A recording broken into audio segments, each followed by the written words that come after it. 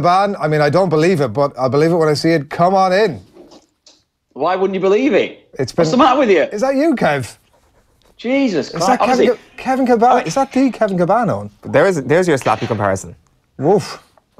No, it's not. So I actually thought there was 3 gingers sat in the studio there. It's the lighting that was sliding on his head there. We have a ginger fest again. That's impossible, Kev. 3 gingers have never existed in the same room together.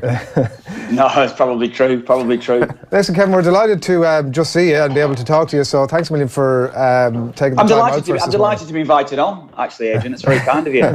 Right, we've now that the insults have been traded and they're out of the way, it's coming up on 8:30 on this Friday morning. Get your comments in for Kev over the next, I think he's graced us with 10 minutes or thereabouts, so get your comments in for him on the hashtag OTB AM and we'll bring them to Kev before we jump out of town here shortly. One story that we wanted to kick out, Chelsea United is the big game of the weekend and we're going to get your thoughts on that in just a couple of moments time, but I mean, I know that you've almost fully withdrawn from Off the Ball by the fact that you don't even have your Off the Ball mug anymore. One story that we wanted to get your... Do you know what? I actually don't have one. I don't have one at the moment. What happened to it? Did you give it away? Give it away to a friend? No, actually, I didn't know. One story that we wanted to get your thoughts on here to kick things off on the back page of the Sun this morning is FAI are keen on Robbie. Look, we were just discussing it. It doesn't seem like a great surprise that the FAI have kept in contact with Robbe Keane since he's retired from international duty and that he might be, writes Owen Cowser, in line for some sort of a coaching job there at some point soon. I mean, it seems inevitable that he is going to go into coaching, Kev, at some point pretty quickly, you would think. Yeah, I think the problem would be for Robbie's which level, problem, dilemma, I suppose you would say, be a better phrase, which level he's going to go into. Would he go in at one of our junior sides? Would he go in at 21s? Would he go in at senior level? I think the way that it's looking at senior level at the moment, you're probably looking at someone like Robbie Keane and how vital he would be to a senior management staff. That's the way that I would probably look at it. It just depends on where he wants to go, Adrian. I don't know. I don't really know what he wants at the moment. I know that he's done his badges. He definitely sees his next career step into coaching. And hopefully it will be within our setup because we could do with him. I think it's clear to see at the moment. I'm banning any talk about the current setup in any great deep way. But the only other thing I wanted to ask you about was we were also discussing it here. What about getting Keane involved now from in that current setup? Like one of the things we can't do at the minute is score goals. I don't know what he's doing with his life at the minute, but how about getting him involved now?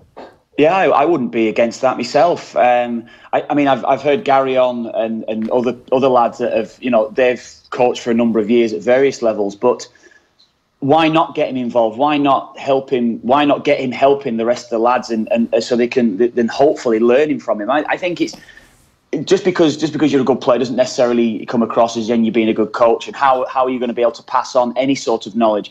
We're not necessarily saying that Robbie is going to make a Shane Long, a Sean Maguire, a Robbie Keane overnight. That's not the case. But just little nuggets of information that he can give to them about how he gets his information across, maybe to me, his teammates, or whether it would be when I used to play alongside him. That sort of thing could be vital, I think, just for little things that do happen on the pitch. I'd feel it would be a great move. It just depends on how much coaching time he would actually get if he were to join the senior management setup right now. That would be the thing. He might not necessarily get a lot of time with the players. Well, that's the thing, really, isn't it? It's the level of coaching. If you really love coaching, Kev, I'm not sure is this fair to say, but if you really love that, then is a senior international role the place for you, whereas the club's a day-to-day element of actually getting into the nitty-gritty of seeing improvement in your squad, that's where you get fulfilment, really, isn't it? It's the club game. Yeah, it's true. That is true. But why not do both? Yeah, I'm sure he could do both. And I can't see that being a problem now. Whether that would be within the League of Ireland setup, whether that would be over in England, where there would be many a club that would want to take him over there as well. He could. I personally think if he was going to stay in Ireland, if that would be his choice going forward, he could get involved within the League of Ireland setup without a problem at all. Damien Duff's doing it now, not a problem. And you can learn the fundamentals. You can learn how to project your voice, how you're going to get your knowledge across to players. All these little things can come about at any level of football. That is the thing that Robbie would probably need, I think, right now. Yeah, all right. That was the story that Owen Cowser writing in the Sun this morning about that interesting weekend of football, Kev, I saw somebody writing the football is back. Paul Howard on Twitter writing the football is back this weekend, which is a happy release for all of us. Chelsea United. Was that not a bit of sarcasm there, Adrian? No. Chelsea United tomorrow, 12:30 is the probably the most interesting game of the weekend. Yeah. United obviously 8th in the table, 3 wins from the last 8 games. Nobody knows where this thing is going with Jose Mourinho, but you suspect a trip to Chelsea in the lunchtime start tomorrow. If there's a kick left in the old dog, this is where it comes out. Well, do you know what? I've looked at it over the last day or so, Adrian. They almost have to win this game. The 7 points now behind Chelsea. If they lose it, of course, then you go 10 points behind. You can fairly or pretty much write the Premier League title off for them this season again, can't you? They have to win it to maintain pace.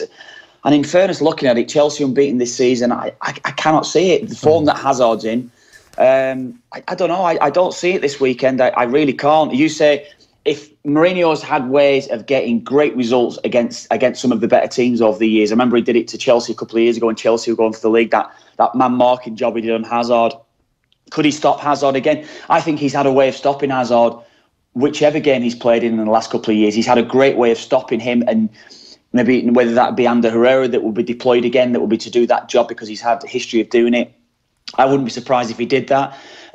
But as I said before, I think Chelsea have got a little bit too much for United. I think the way that they're playing, joint top of the Premier League, unbeaten this season, I think they've got too much. I think United could be come 2:30 on Saturday afternoon. I think they're out of the Premier League title race.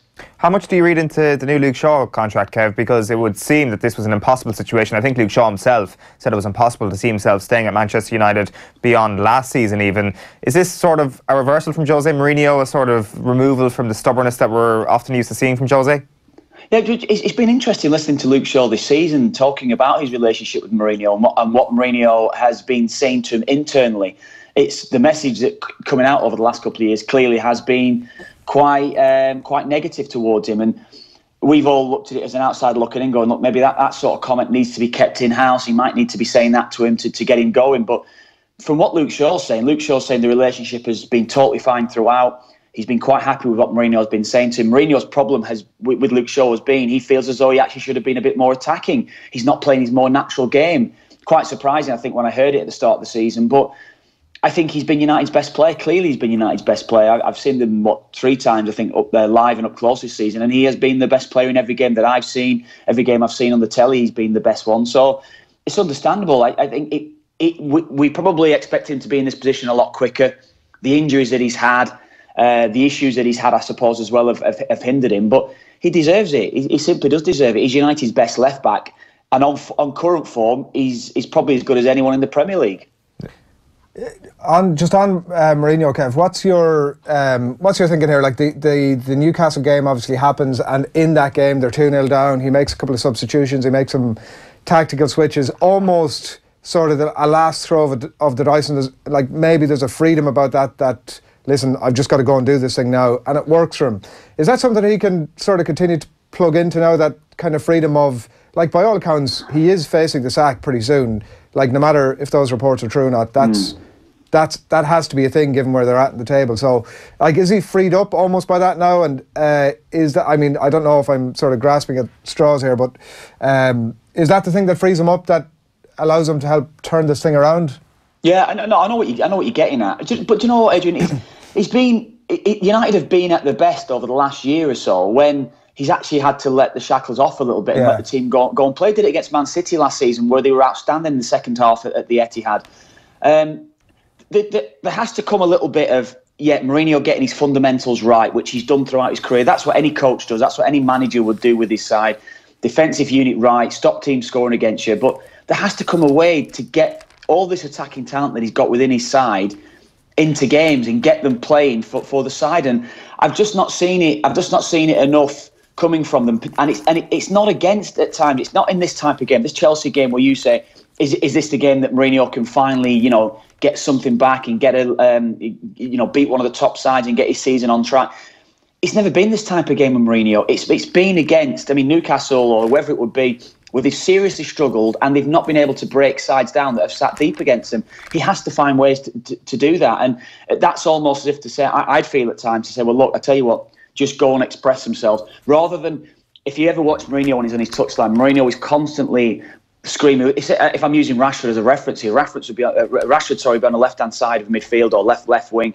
He'd be constantly cajoling Rashford to try to get back into certain positions, which, yeah, it's great, but when he's playing against the lesser teams, you've got to say I would personally say to someone like Marcus Rashford, go on, you've got enough stability behind you. You have Matic that will always be sitting deep. We're never going to have an overload against us.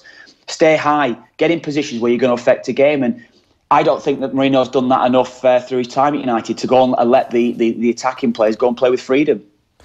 That's Chelsea United. It's probably the biggest game of the weekend tomorrow at 12:30. We've City Burnley tomorrow at 3. West Ham Spurs. Kev, quick word on those tomorrow at 3 o'clock as well. Christian Eriksen possibly back. From a Spurs point of view, they've a bloody busy schedule upcoming. PSV in the Champions League next week, City at Wembley the following Monday, and I know Pochettino's in some of the back pages today talking about potentially strengthening in the January window. West Ham have been good against good teams this season. Yeah, they've only lost one in the last 5 games. Arnautovic again amongst the goals for Austria this week. What's he on 4? I think he's on 4 goals this season himself. He's the key for them. If Arnautovic isn't fit for West Ham, they look 50% of the side that they actually can be. So Arnautovic is a key player for them. I think everybody would know that. I've been impressed. I have been impressed with them watching West Ham. They were quite poor against Brighton last time out, but as I said, that one defeat in 5. During that, I saw them play at Goodison Park, absolutely outstanding. I saw them play at home to United, where they were just brilliant. The style of play was excellent, well organised, disciplined, but also how they countered against those teams. So I think this would be a tough game for Tottenham. Tottenham themselves. I think it was interesting watching England this week, seeing Harry Winks come into the game against Spain, how well he played. Eric Dyer, I think it was the best I've seen Eric Dyer play, and that's out of any performance that I've seen him play for Tottenham or England. I thought he was absolutely brilliant in that Spain game, given how poor he was against Croatia last weekend. So he's certainly come into the game confidence. And Harry Kane, so much said about him and how poor he's been or how lethargic he's looked this season. 6 goals this season, it's not a bad return, given that people are saying he's not been in the best of form. And those 3... Well, I suppose not necessarily 3 assists against Spain, but he was involved in every one of those goals against Spain.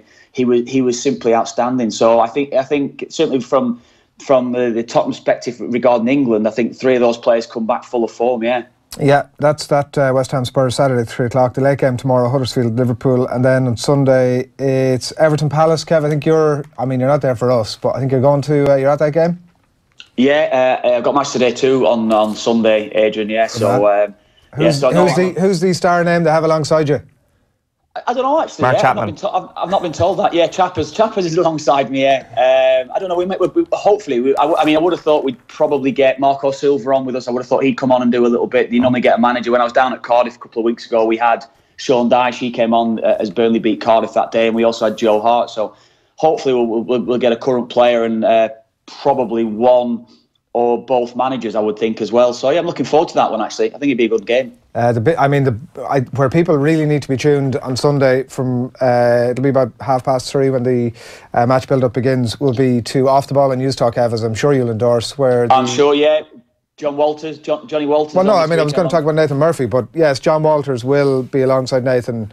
Well, I'll tell you one thing now. The worst thing about it is for Johnny Walters, his first commentary on Off the Ball is alongside Nathan. Could we not have sorted McIntyre out from this weekend so he could come back and do a little bit more? That could be an ecumenical matter. So John Walters, that's the place to be. This Sunday on. There's one last thing I wanted to just get your take on, Kev, because we got a big reaction to it yesterday. I'm not sure did you see it. It was Daniel Harris talking about England football fans and their kind of behaviour abroad, which we've seen, of course, getting worse and worse over the last couple of years. I guess very briefly, do you think that we're at the nadir of English football culture at the moment, and will it permeate into the club scene in the Premier League?